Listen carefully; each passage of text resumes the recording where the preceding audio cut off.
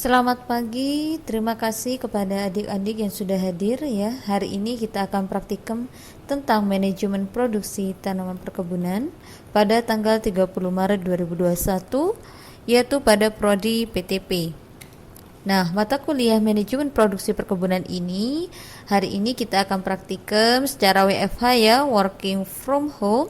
Jadi kita nanti akan praktikum secara online tetapi tidak secara live. Jadi nanti setelah saudara memperhatikan video tentang kegiatan praktikum ini, saudara bisa melanjutkan pada link yang ada di deskripsi. Nanti akan saya jelaskan.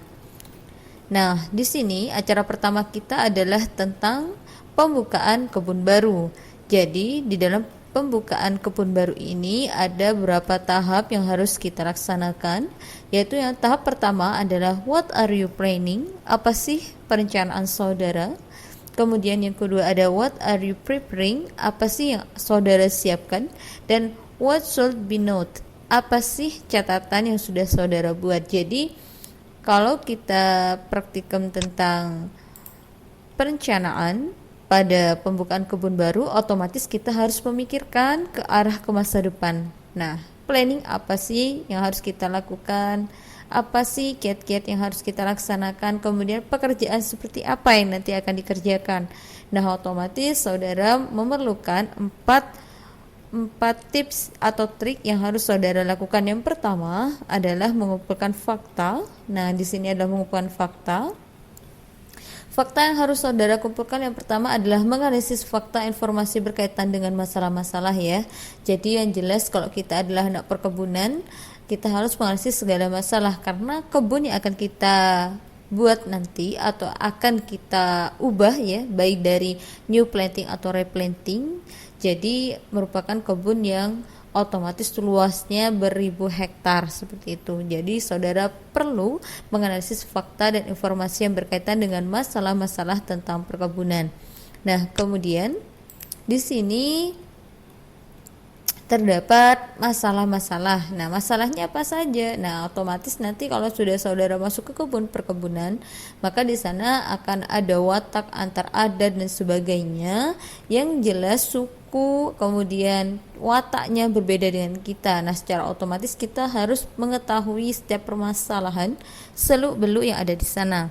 Nah, nanti kalau misalnya saudara ada di perkebunan kelapa sawit, kemudian saudara mendapatkan sebuah tantangan dari pimpinan saudara, yaitu adalah untuk membuka kebun baru atau mengembangkan kebun baru. Jadi ada dua jenis yang harus saudara kembangkan. Ada new planting, artinya penanaman ulang dari kebun yang masih hamparan luas atau seperti hutan. Kemudian saudara melakukan kegiatan yang namanya land clearing dan sebagainya. Nah, itu disebut dengan new planting. Nah, setelah itu atau bisa jadi kebun itu sudah pernah ditanami kelapa sawit, kemudian tanaman tersebut sudah tidak produktif. Maka saudara diberikan arahan oleh atasan saudara untuk mereplanting, arti penanaman ulang ya. Jadi ada rehabilitasi seperti itu. Maka saudara juga harus memahami setiap permasalahan yang ada di sana. Kemudian yang kedua adalah saudara harus menetapkan tujuan sebagai patokan untuk sasaran yang akan dicapai serta perkiraan perkembangan masa mendatang. Benar gak sih apa yang sudah kita rencanakan hari ini di masa depan dia akan menguntungkan untuk kita. Nah, jadi kalau dalam manajemen itu ya kita harus belajar untung rugi juga ya. Jadi ngapain kita susah-susah melaksanakan sesuatu yang memang tidak menguntungkan seperti itu ya. Tetapi kalau misalnya nanti ada evaluasi yang mungkin belum memberikan sebuah keuntungan, maka itu akan menjadi sebuah lonjatan dan genjotan untuk saudara untuk mencoba lagi. Kemudian yang ketiga, saudara harus efektif dan efisien. Artinya kalau efektif, saudara harus mencari cara alternatif untuk arah tindakan yang akan dilaksanakan. Jadi harus tepat. Efisien artinya tidak memakan waktu lama, tidak menggunakan modal yang berlebihan. Seperti itu ya. Kalau ada cara yang cepat, ngapain kita pakai cara yang lama, seperti itu. Kemudian yang keempat adalah evaluasi kemajuan. Nah, setelah saudara nanti melaksanakan kegiatan pembukaan kebun baru, misalnya sudah land clearing, apa sih evaluasi kemajuannya? Cocok nggak? Nah, teamworknya siapa saja? Nah, otomatis saudara harus memahami. Nah, kita lanjut sekarang pada studi kelayakan. Jadi kalau kita sudah mau tentang memasukkan pengembangan kebun baru ya, otomatis kita harus tahu layak nggak sih, siapa sih yang akan menjadi pemberi dananya, atau kita mungkin seorang investor ya udah berarti kita pakai penanaman saham ya, jadi nggak usah ribet-ribet, jadi kita tinggal tanam saham di sana. Tapi kita di sini diposisikan sebagai mandor atau mungkin adalah GM yang nantinya akan diberi tantangan oleh pimpinan, oleh CEO saudara untuk melaksanakan pembukaan kebun baru seperti itu. Jadi di sana studi kelayakan pertama adalah pihak penanam dana, itu ada investor, kemudian ada pemerintah. Ya jelas ya, kita membuka kebun baru pasti akan bergelut dengan pemerintah. Artinya kenapa sih kok harus ada pemerintah? Ya jelas, pemerintah pasti menanyakan, saudara buka lahan besar-besaran itu ada nggak manfaat perekonomian nasionalnya? Nah, makanya di sana pasti ada cukai, pajak dan sebagainya. Kemudian benar nggak sih apa yang lahan yang sudah kita buka itu bermanfaat nggak dengan lingkungan sekitar? Bisa menunjang nggak dengan perekonomian yang ada pada masyarakat sekitar? Nah, otomatis pemerintah juga memasuki peran yang utama juga di sana. Kemudian yang ketiga ada kreditur, yaitu memperhatikan dana yang dipinjamkan oleh bank. Nah, jelas atasan itu tidak mungkin langsung memberikan dana total kepada saudara. Pasti di sana juga ada tentang pembiayaan. Nah, dana itu dari mana? Berapa persen yang harus saudara kerjakan? Berapa yang harus tersedia dan tersisa? Nah, pastinya yang jelas ya, kalau sisanya masih banyak itu akan menjadi nilai plus buat saudara, karena bisa jadi itu adalah nilai yang bisa meningkatkan apa ya namanya? Bisa meningkatkan jenjang karir saudara. Yang jelas bisa meningkatkan jenjang karir saudara seperti itu. Kemudian, nah sekarang Anda sendiri, Anda adalah seorang GM di sana, atau Anda seorang mandor besar yang harus melaksanakan. Maka saudara harus mengetahui faktor-faktor yang mempengaruhi tujuan perusahaan perkebunan apa aja yang jelas dalam lingkup pembukaan kebun baru. Nah, jadi tahap awal yang harus Anda lakukan adalah pembangunan kebun baru. Jadi acara praktikum kita adalah pembangunan kebun baru. Oke, yang selanjutnya tetap masih working from home ya. Jadi di sini sudah ada organisasi praktikum. Jadi nanti saudara dalam satu kelas ya, atau dalam satu golongan akan dibagi menjadi 4 kelompok. Jadi dalam golongan A ataupun golongan B nanti dibagi menjadi 4 kelompok, di mana masing-masing kelompok dibagi menjadi seperti ini. Jadi kelompok 1 nomor absen 1 sampai 6 secara berurutan hingga kelompok 4. Yang jelas kalau misalnya totalnya adalah 26 atau 24 dalam satu golongan, ya nanti dibagi 4, berarti totalnya satu kelompok adalah 6 orang dan sebagainya, menyesuaikan dengan jumlah yang ada dalam satu golongan. Kemudian nanti saudara pilih satu komoditas, apa sih yang akan kalian kembangkan? Oh, saya mau tanaman kelapa sawit. Nah, biasanya kelapa sawit di Kalimantan ya. Yang jelas di sana masih banyak hutan yang masih alami dan masih sangat luas sekali untuk dikembangkan. Maka kemungkinan besar kalau kelapa sawit itu adalah new planting. Kalau misalnya untuk tembakau, kopi, kakao ini bisa jadi replanting dan sebagainya. Bahkan tebu pun juga bisa new planting ya. Biasanya kan tanah tegalan ya yang biasa ditanamin sengon dan sebagainya. Kemudian kita lakukan land clearing, kemudian kita masuk pada kegiatan new planting pada pembukaan kebun baru. Kemudian setelah itu setiap kelompok wajib membuat uraian pekerjaan. Jadi tugas saudara adalah membuat uraian pekerjaan seperti contoh di bawah ini ya. Jadi lagi saya akan berikan contoh seperti apa sih uraian pekerjaannya. Nah, seperti itu. Kemudian kita harus memahami sistem pertanaman kebun baru yang akan kita laksanakan ya, karena otomatis kalau kita mau buka lahan kita harus menyesuaikan tanaman apa nanti yang akan dibuat. Jangan sampai saudara masih membuka kebun baru tetapi masih banyak sisa akar dan sebagainya, ya otomatis itu akan menghambat pertumbuhan pertanaman yang akan kita tanam nanti.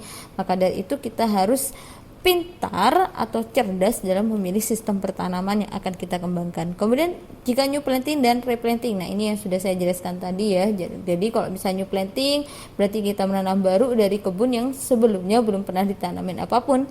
Kemudian kalau replanting kita penggantian suatu macam tanaman perkebunan karena sudah tua atau tidak produktif. Maaf ya, ini kok keluar seperti ini terus, komputernya saya juga nggak tahu. Nah kemudian nanti saudara ganti tanaman yang sudah tidak produktif itu dengan tanaman yang baru dan masih sejenis, biasanya seperti itu kalau untuk replanting.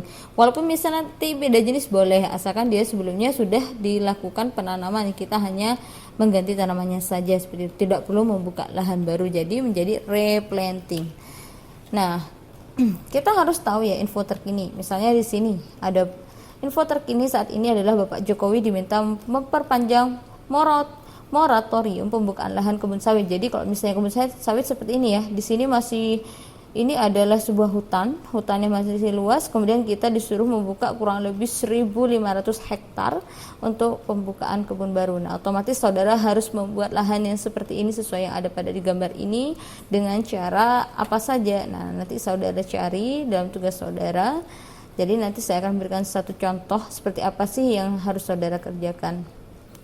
Kemudian kita masuk. Nah, di sini juga ada insert terkini ya. Jadi kita harus masuk pada dunia atau info-info terbaru. Kenapa? Karena nggak mungkin ya kita melakukan sesuatu atau mempelajari sesuatu itu ternyata untuk apa sih kedepannya. Nah, maka dari itu ini adalah pandangan-pandangan yang harus saudara pahami, gimana sih, kenapa sih kita harus melakukan pembukaan kebun baru seperti itu. Kemudian nah, ini adalah contoh ya. Ini adalah contoh dari kebun. Ini saya dapat kiriman dari Kalimantan dari kakak tingkat saudara ya, yang sudah menjadi JM di sana. Dia telah memberikan video kepada saya, mengirimkan, ini Bu Farida bisa diberikan pada adik-adik mahasiswa. Oh, seperti ini loh hasil yang sudah dibuka kebun barunya ya. Wah, jelas sekali di sini. Banyak teman-teman saya dan juga di sini pasti ada masyarakat sekitar ya, karena masih banyak ayam-ayam yang ada di sini. Ini mereka sedang berteduh karena hujan. Oke, kemudian nah, di sini adalah contoh dari apa ini, kegiatan land clearing seperti itu. Ini adalah contoh kegiatan proses pendongkelan tanaman hutan. Ini juga ada di Kalimantan seperti itu ya. Jadi ini adalah langkah-langkah pertama biasanya ya, setelah kegiatan survei dan sebagainya, maka kita melakukan kegiatan land clearing ya seperti ini.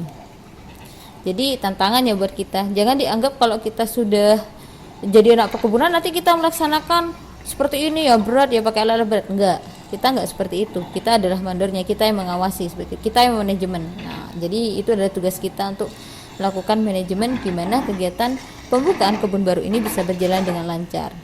Nah, oke, kita masuk ke selanjutnya. Nah, di sini kita sudah punya yang namanya timing atau planning. Nah, sebelumnya tapi saya akan masuk pada materi sebelumnya. Di sini saya punya contoh ya. Di sini saya punya contoh dari kegiatan pembukaan kebun baru atau pekerjaan apa saja yang akan dilaksanakan kebun baru pada pertanaman kelapa sawit. Jadi di sini ada uraian. Yang pertama ada survei atau design block. Jadi kalau kita sudah jadi JM, kita survei dulu ya. Kita survei lingkungan sekitarnya, luasannya berapa, kemudian datar yang gelombang seperti apa, bukit bergunung seperti apa, areal rendahannya bagaimana ya. Kemudian yang kedua, setelah kita membuat survei, kita membuat kontak kerja. Kontak kerja ini dengan siapa? Mungkin dengan, oh ternyata di bagian dekat aliran sungai kita ada tanah masyarakat dan sebagainya. Otomatis kita berkontak kerja. Selain dengan tim pengelola untuk metode land clearing, kita juga ada kontrak dengan masyarakat. Otomatis masyarakat juga ikut berkecimpung dalam kegiatan land clearing. Kemudian sampai pengecaran tanam dan sebagainya ya. Ini adalah contoh uraian atau contoh hasil yang harus saudara kerjakan. Jadi di sini tugas dalam pembuatan laporan adalah saudara nanti di bab 4 harus membuat hasil. Hasilnya apa? Hasilnya ya ini, nomor dan uraian ini yang harus saudara buat. Jadi hasilnya adalah 4.1 hasilnya seperti ini, berupa uraian kegiatan yang dilakukan dalam kegiatan pembukaan kebun baru. Jadi saudara nggak perlu memperhatikan datar gelombang, bukit bergunung, nggak perlu. Jadi saudara hanya perlu menjelaskan dan juga memberikan hasil tentang uraian harus saudara kerjakan seperti itu. Kemudian Setelah itu saudara harus membuat diagram atau kegiatan operasionalnya. Misalnya ini hanya kegiatan line clearing saja loh ya. Ini belum kegiatan misalnya pertanaman ya. Kita belum masuk ke sana. Kita masih di line clearing atau pembukaan kebun baru seperti itu. Nah, jadi di sini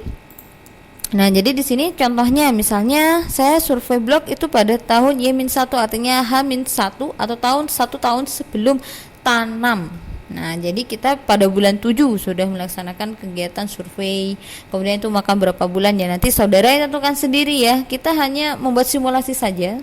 Tidak harus beneran ya, karena kita hanya manajemen saja. Kita belajar membuat timing seperti ini, planning dan timing seperti ini. Kemudian nanti setelah saudara di hasil 4.1 tadi telah membuat seperti ini, nomor dan uraian, maka di tabel selanjutnya saudara membuat seperti ini ya, sesuai dengan yang ada. Ya disesuaikan, kalau tanaman pada tembakau ya otomatis ada survei desain blok, kemudian ada pembuatan kotak kerja, kemudian ada pembuatan apa biasanya di sini ya, biasanya pengolahan tanah 1, pengolahan tanah 2 dan sebagainya kalau pada pertanaman yang tahunan seperti itu. Tapi yang 1 tahun ya umurnya 12 bulan seperti itu, atau mungkin hanya musiman maksud saya. Jadi kalau tembakau itu hanya musiman.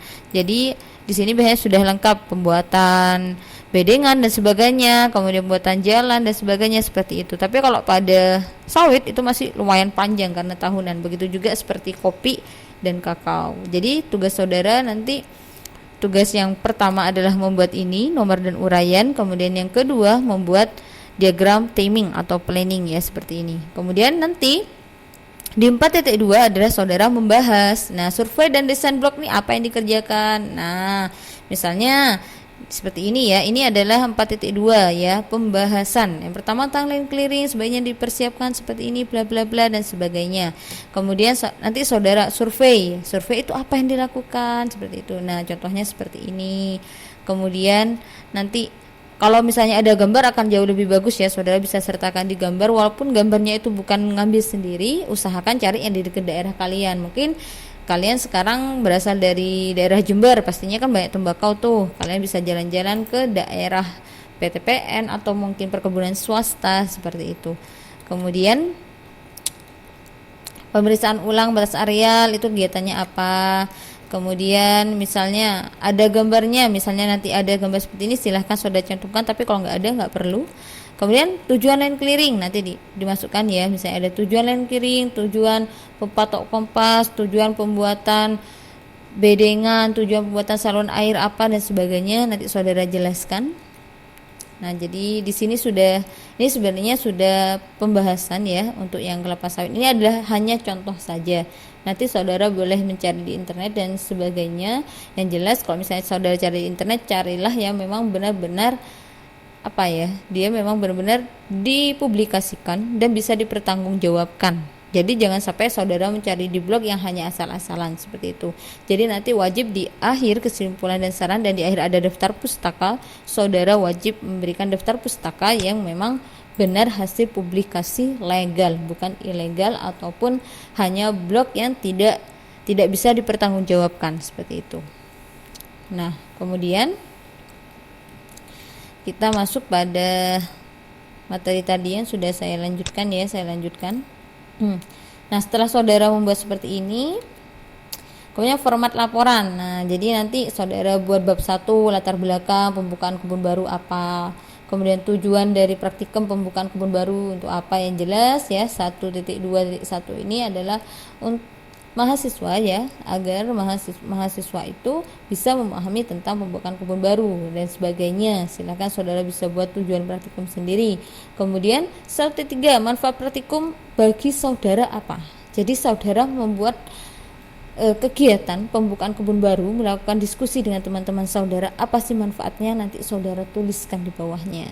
Oke, jadi feedback saudara apa yang didapat dari praktikum ini. Kemudian setelah itu ada bab 2. Oke, bab 2 di sini berarti yang pertama 2.1 pengertian pembukaan kebun baru, misalnya tembakau ya. Tulis perkebunan kebun baru tembakau atau mungkin kopi. Yang jelas nanti dalam satu golongan tiap kelompok tanamannya tidak boleh sama, harus berbeda-beda seperti itu. Kemudian 2.2 new planting atau replanting, sistem pembukaan kebun barunya gimana? Kalau replanting berarti yang sebelumnya sudah ada tanaman, sudah nggak produktif, kita buang, kemudian kita tanami baru dengan tanaman yang serupa atau beda. Kalau new planting berarti dari masih hutan yang luas ya, kemudian kita lakukan land clearing, kita bersihkan, baru kita tanam dengan tanaman perkebunan seperti itu. Kemudian bab 3, 3.1 waktu dan tempat kapan? Ya waktunya jelas masing-masing ya, tapi tetap kita tuliskan Politeknik Negeri Jember tempat praktikumnya adalah sesuai dengan jadwal, misalnya kelas PP berapa. Kemudian organisasi tadi ya sesuai yang sudah saya jelaskan sebelumnya. Organisasinya adalah ini. Nah, organisasi adalah yang ini ya. Yang ini adalah organisasinya. Kemudian setelah itu prosedur kegiatan, gimana caranya saudara menyusun pembukaan kebun baru, tugasnya gimana cara nyusunnya. Pertama mungkin saudara mengumpulkan masalah-masalah, yang kedua kemudian mencari literatur seperti itu dan sebagainya, hingga terbentuklah laporan seperti sedemikian rupa. Oke, nanti saudara jelaskan per masing-masing prosedur kegiatan, dan yang paling penting adalah dengan bahasa Indonesia yang baku ya. Oke, ada SPOK seperti itu. Kemudian bab 4-nya kita masuk hasilnya apa tadi ya, tadi itu nomor dan uraian dan timing atau jadwal. Kemudian pembahasannya apa ya, dibahas setiap uraian itu langkah-langkahnya apa, misalnya pembuatan got adalah bla bla bla, ukurannya sekian misalnya seperti itu. Kemudian bab 5 ada kesimpulan dan saran. Kemudian di sini tidak ada bab ya, di akhir saya tambahkan adalah daftar pustaka. Jadi wajib daftar pustakanya nanti saudara masukkan. Oke. Contoh singkat dan hasil pembahasan sudah saya jelaskan tadi. Kemudian untuk link absensi ya terdapat pada deskripsi video, sudah saya masukkan. Kemudian untuk link upload tugas ada di deskripsi juga. Alamatnya adalah ini, sudah saya masukkan. Jadi tinggal saudara klik kemudian saudara isi seperti itu. Absensi dilakukan pada akhir kegiatan. Jadi setelah saudara menonton menonton video, baru saudara lakukan yang namanya absensi. Sedangkan untuk tugas maksimal waktunya adalah 3 hari dari kegiatan praktikum. Jadi setelah saudara nonton video, misalnya praktikumnya tanggal 30, maka tanggal 3 saudara bisa mengumpulkan tugas saudara seperti itu ya, dengan alamat yang sudah ada di deskripsi. Silahkan nanti saudara klik. Oke, sampai di sini. Terima kasih. Jika nanti ada pertanyaan bisa saudara cantumkan pada kolom komentar. Terima kasih. Assalamualaikum warahmatullahi wabarakatuh.